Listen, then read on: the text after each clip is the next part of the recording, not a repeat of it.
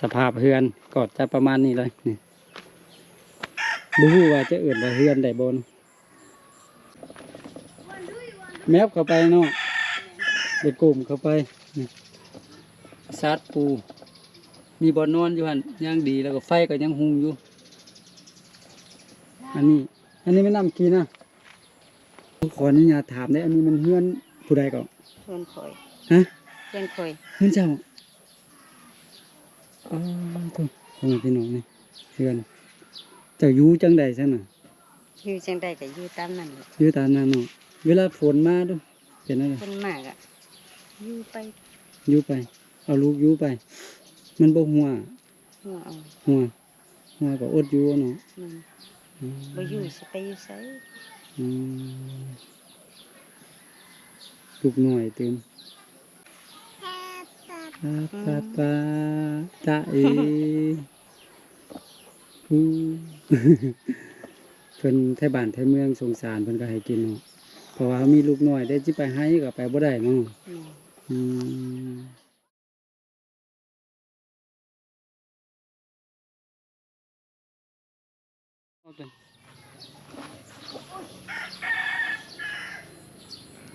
สบายดีพ่อแม่พี่น้องเนาะยินดีต้อนรับทุกท่านบ่ว่าจะอยู่ใน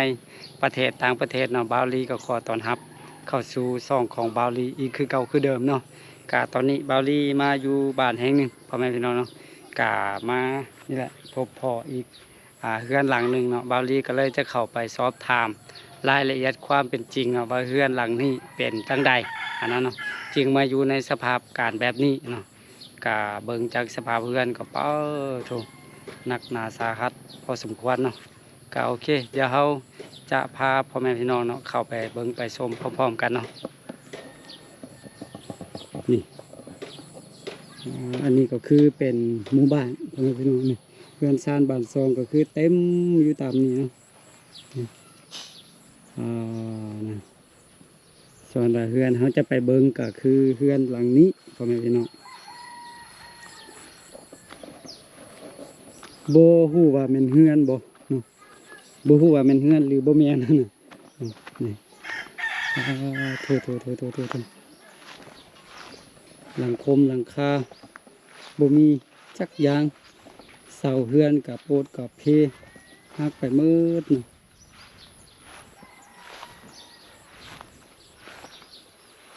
หนักหนาสาหัสของพี่น้อง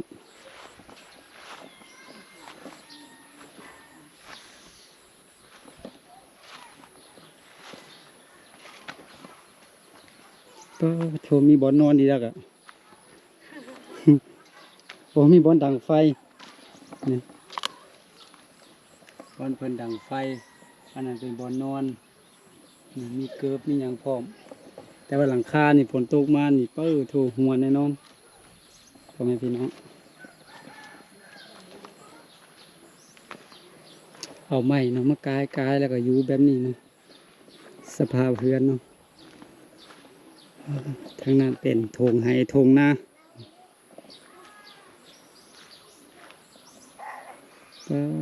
โถพ่อแม่พี่น้องสภาพเฮือนซ่านบ้านซอง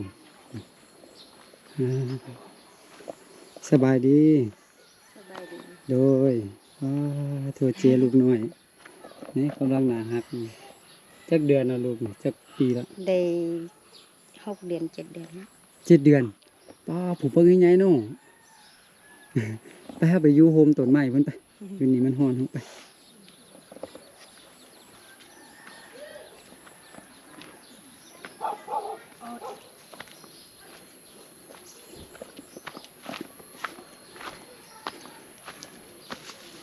โอเคโยมต้นไม้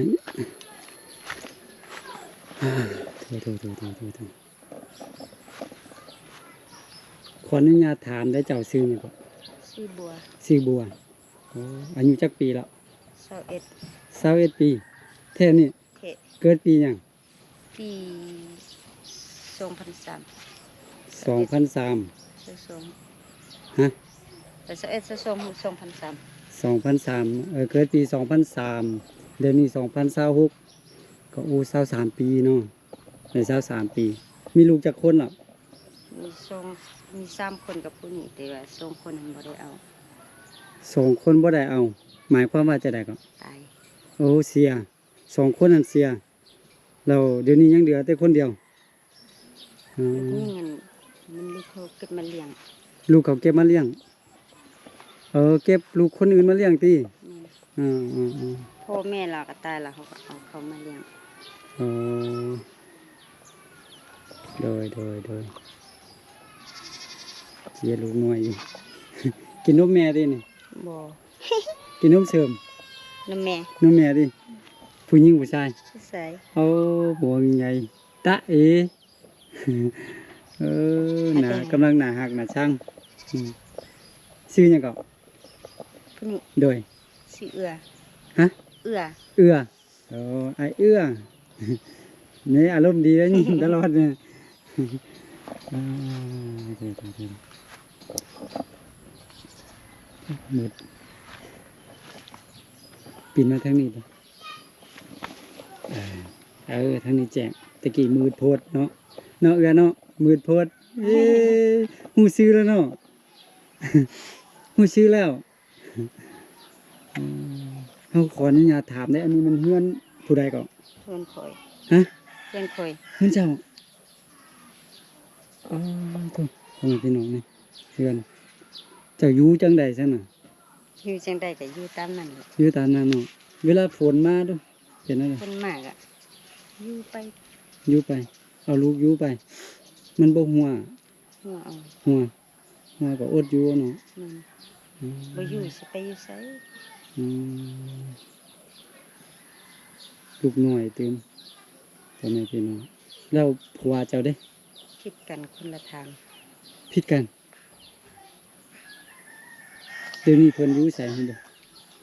อยู่เพื่อนอยู่บ้านพ่อเขาอยู่บ้านคุณ อ๋อแล้วเจ้ากับลูกก็ได้อยู่นี่อืมเฮือนนี่มันเป็นจะนี่โดนแล้วอะ โดนละ โดนแล้วเจ้ากับผัวเจ้านี่บ่อยู่นำกันโดนแล้วบ่อืมเจ้าเฮ็ดเวียกอาชีพหยังก็ เฮ็ดให้ เฮ็ดให้ปีนี้ได้เฮ็ดบ่บ่ได้เฮ็ด เฮ็ดบ่มีใครอยู่นำลูก เออ ปุ่นหนึ่งอ๋อเปิดตะเร อืมแต่สิไปให้บ่มีคนอยู่นำลูกเนาะ แม่น เราเป็นข้าวเป็นหยังสิได้เอามันหยังเอาทางใดมากินซั่นน่ะ ชื่อกิน ซื้อกินไปสอบเงินทางใดสิมาซื้อข้าว ไปเห็นสงสารเขาก็ให้กิน เออโดยปาตาเออืม เพิ่นไทบ้านไทเมืองสงสารเพิ่นก็ให้กินเนาะเพราะว่ามีลูกน้อยได้สิไปให้ก็ไปบ่ได้เนาะ แม่น อืมจะมีเอาคนพี่น้องตัวสุดท้ายตัวแม่ลูกก็กำลังหนาหักหนาสั่งพ่อแม่พี่น้องแล้วเฮาบ่มีอ้ายมีเอื้อยอ่ะ บ่ บ่มี อาเอื้อก็ตายหมด อ้ายเอื้อยตายหมดแล้วแล้วพ่อแม่ได้ยังมีบ่ มีแต่แม่พ่อบ่มี โอ้พ่อเพิ่นไปอยู่ไสก็ พ่อไปอยู่นำเมียหน่อย พ่อไปอยู่นำเมียน้อยก็คือพ่ออันป้าแม่แล้วก็ไปเอาเมียอีกคนหนึง แม่น แล้วเดี๋ยวนี้ไปอยู่พุ่น ป้าแม่ตั้งแต่เขายังเด็ก อ๋อตั้งแต่ตอนยังน้อยเพิ่นว่าเนาะโถเดี๋ยวนี้แสดงว่าเจ้าก็ได้เลี้ยงลูกกับแม่ได้เนาะ แม่น อืม อารมณ์ดีเนาะไก่เนาะ เป็นไข้ก็ยังหัวจะนี่แหละ เป็นไข่อ่ะผู้ชันยับไปอยู่โฮมอันนี้ เดี๋ยวนี้เราดีละ ยับไปอยู่โฮมในอยหนึงอย่างที่เป็นไข่เป็นเอาที่แดดร้อนพ่อแม่พี่น้องเนาะเป็นไข่ได้จักมื้อแล้ว ได้2 มื้อ 3 มื้อแต่เดี๋ยวนี้ก็ดีแล้ว ได้ไปห้องหมออยู่ติไปอยู่เนาะได้ยามากินเนาะ แม่น อืม อันนี้มันดีนเฮาอันนี้ แม่น แม่นเนาะเราสมมุติว่าให้ตั้งเฮือนไม้นี่เฮาเฮ็ดบ่ได้เนาะมีลูกแล้วผู้หญิงแล้วเนาะ แม่น ถ้าเฮามีไม้มีตอกมีหยังนี่ให้ไทบ้านช่วยก็สิช่วยอยู่เนาะ บ่ฮู้เลย บ่ฮู้เนาะเพราะว่ายามนี้มันไผก็ไปเวียกไผเวียกมันหั่นนะเนาะ ถ้าจ้างเขาก็เฮ็ดอยู่แต่บ่มีหยังจ้างเขาเฮ็ด อ๋อต้องได้จ้างเนาะอืมเจ้ากับลูกพากันนอนอยู่ในเลยพ่อแม่พี่น้องสภาพอันนี้เฮาบ่สร้างแมพเข้าไปนะเพิ่นเสียลูกได้ลูกเพิ่นเป็นไข้เนาะถ้าว่าตอนลูกเพิ่นสบายนี่เฮาเข้าไปได้อยู่แมพพากันนั่งอยู่หั่นแหละนั่งอย่างเดียวนั่งกับนอนเฮือนน่ะเนาะ แม่น ถ้ายืนนี่ยืนบ่ได้อืม นั่งก็นั่งก้มเอา นั่งก้มเอาเนาะเอาพยางมาปกเนาะพยางปกบ่ให้ฝนลง อันนี้ฝนลงมานี่โอ้พ่อแม่พี่น้องถือกันนะลูกน้อยได้แหละ เตายอเตายอ แสดงว่าเจ้านี่มีลูกกับผัวผู้ดีที่3 คนทั้งหมดน่ะ แม่น แต่เสีย2 คนเรายังเหลือแต่ผู้เดียวนี่เป็นหยังคือว่าผิดกันเจ้ากับผัวนี่ ผิดกันคือเขามักผิดกันนั่นแหละเขาบ่มักแม่ อืม พาแม่ผิดกันตลอด อ๋อโดยเพื่อนนี่มันเป็นแบบนี้ตั้งแต่ตอนผัวเจ้าอยู่หรือว่าผัวเจะไปแล้วจึงเป็น เขาอยู่แล้วเขามั่งคายแล้วเขามืดแล้วเขาก็นิ่ง โอ้มังคายหมดแล้วก็หนีเลยเนาะเดี๋ยวนี้นี่ถือว่าบ่ได้เฮ็ดให้เนาะ เอาลูกได้แล้วก็เข้าวก็คือ ถ้ามีเงินก็ซื้อเนาะบ่มีเงินเพิ่นอีตนก็เอาให้ ก็ให้ อืมพ่อแม่พี่น้องนี่แหละเกิบกับผู้ชาย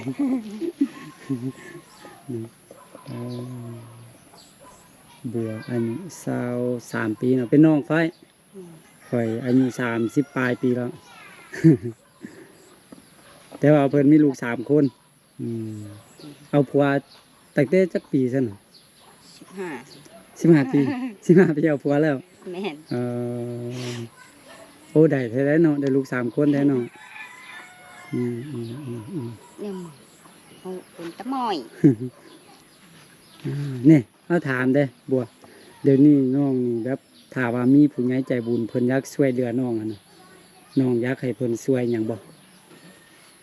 ช่วยเอาเงิน ให้ได้เฮือน บ่มีเงินอยู่ บ่มีเฮือนอยู่ เป็นข้าวสารเป็นหยังจะมีอยากได้บ่ ก็อยากได้อยู่ อยากได้เนาะแต่ว่าเฮือนนี่สำคัญเนาะมัน แม่น เฮาได้อยู่ทุกมื้อนะเนาะอีตนลูกบ่พาลูกอยู่แบบนี้ เตินเอา ทนน้องลูกก็เพิ่นความน่ารักของน้องงามๆเลยลูกความเท่ความหล่อ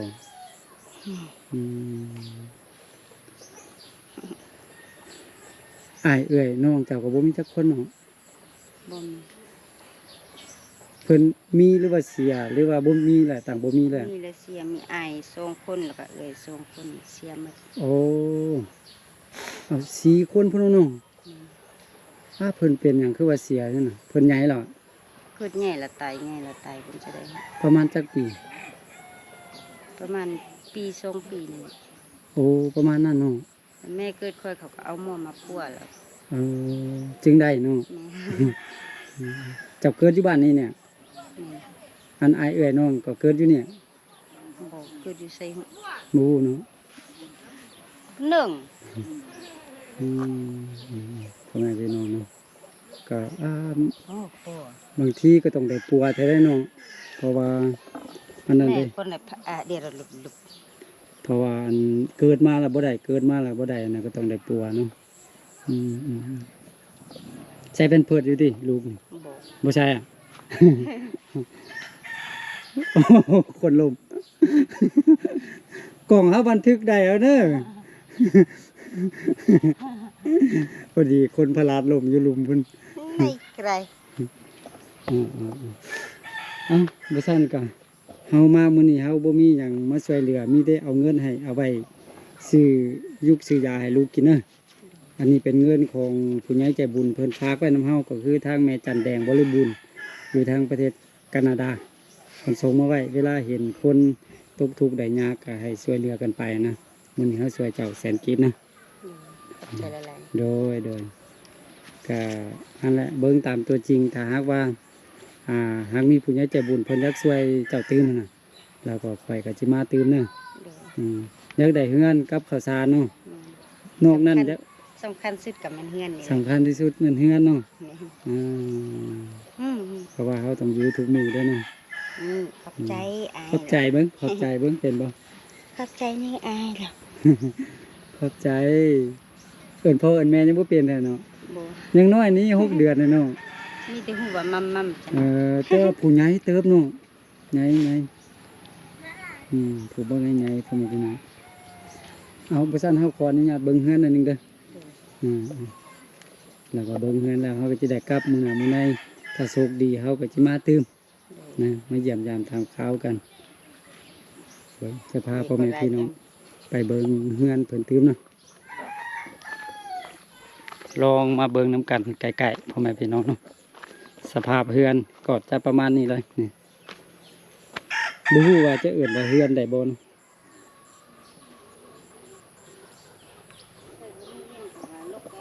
โลกไกลเนาะ เขาบ่ฮู้ว่ามันเฮือนคนเพอมันบ่คือเด้เนาะ อ่าเถิงเวลาสิเข้าไปนี่เข้าไปทางใดทางนี้เนาะแมปเข้าไปเนาะเด็กกลุ่มเข้าไปนี่ซาดปูมีบ่อนนอนอยู่หั่นย่างดีแล้วก็ไฟก็ยังหุงอยู่อันนี้ไม่น้ำกินนะน้ำใบไส้มีน้ำอ๋อเจ้าค่ะ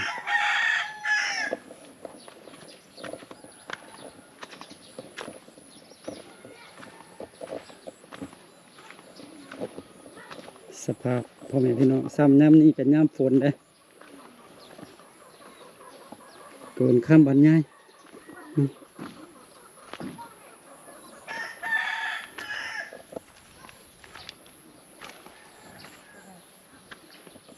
โอ้ถวยบวง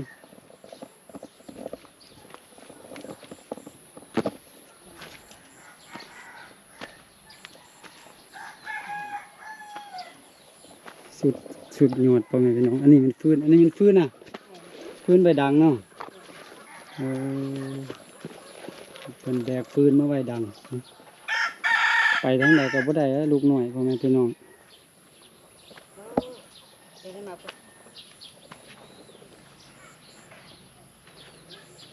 นักหนาสาหัส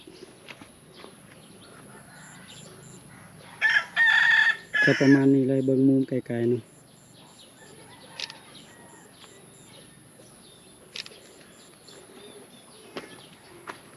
ก็ให้พ่อแม่พี่น้องรับชมกันประมาณนี้ก่อนเอากลับก่อนเด้อซันเด้อ โดย กลับก่อนบ๊ายบายไว้ บ๊ายบาย บ๊ายบาย ใจนี่อายนี่ โดยมื้อหน้าอายมายามเต็มเด้อสิขนมกินขนมบ่ได้เทื่อเนาะ เพิ่นเห็นขนมเพิ่นบ่ให้กินเขามาให้ตลอด ฮู้กินล่ะ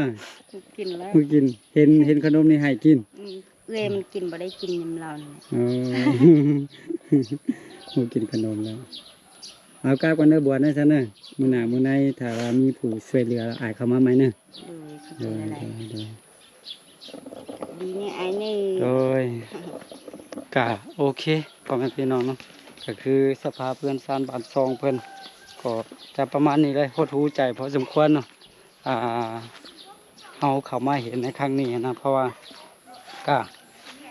บ่คิดว่าแม่นเฮือนพ่อแม่พี่น้องตอนเข้ามาเห็นทมิตรเนาะแต่มาถามมาสอบถามเบิ่งปรากฏว่าเป็นเฮือนหั่นน่ะ